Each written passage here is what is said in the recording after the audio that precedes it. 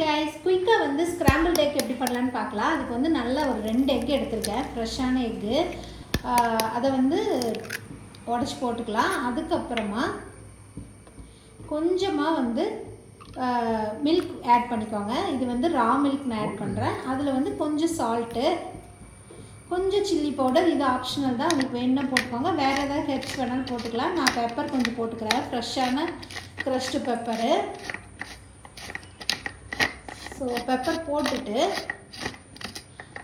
என்ன பண்ணணும்னா நல்லா பீட் பண்ணணுங்க. நல்லா பீட் பண்ணிக்கணும், நல்லா போதியாக வர மாதிரி. உங்கள்கிட்ட ஏதாவது பீட் இருந்தால் கூட நீங்கள் பண்ணிக்கலாம், இல்லைன்னா கையிலேயே நல்லா பீட் பண்ணி விட்டுக்கோங்க. நல்லா ஃபோமியாக வருது பாருங்கள். அதுக்கப்புறம் கொஞ்சமாக கோகோனட் ஆயில், உங்களுக்கு எந்த ஆயில் ப்ரிஃபரன்ஸோ அது போட்டுக்கலாம். ஆலிவ் ஆயில் கூட நல்லாயிருக்கும். அதுக்கப்புறம் அந்த நம்ம இது பண்ணி வச்சுருக்கிற அந்த எக்கு வந்து போட்டுக்கலாம். போட்டுட்டு உடனே நம்ம என்ன பண்ணணும்னா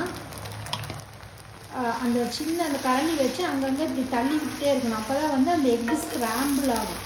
அந்த மில்கோட ஸ்வீட்னஸ்ஸு, பெப்பரோட காரம், அந்த சில்லி பவுடர் காரம் எல்லாமே வந்து ஒரு நல்ல மைல்டாக இருக்கும். நீங்கள் ட்ரை பண்ணி பாருங்கள், நிஜமாகவே கிட்ஸ்க்கெல்லாம் ரொம்ப நல்லாயிருக்கும். ஸ்பைஸியாக போடக்கூடாது, அதுதான் இதோட ஸ்பெஷாலிட்டி. ஸ்க்ராம்பிள்டு எக்கு நிஜமாகவே எம்மியாக இருக்கும்.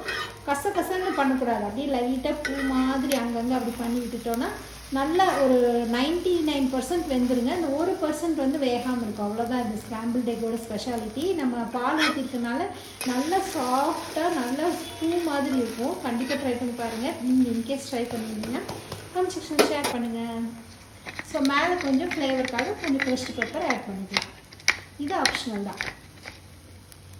ஸோ இப்போ வந்து எல்லா பிளேட்டில் எடுத்து வச்சு சாப்பிட வேண்டியது தான். பாய், டேக் கேர்.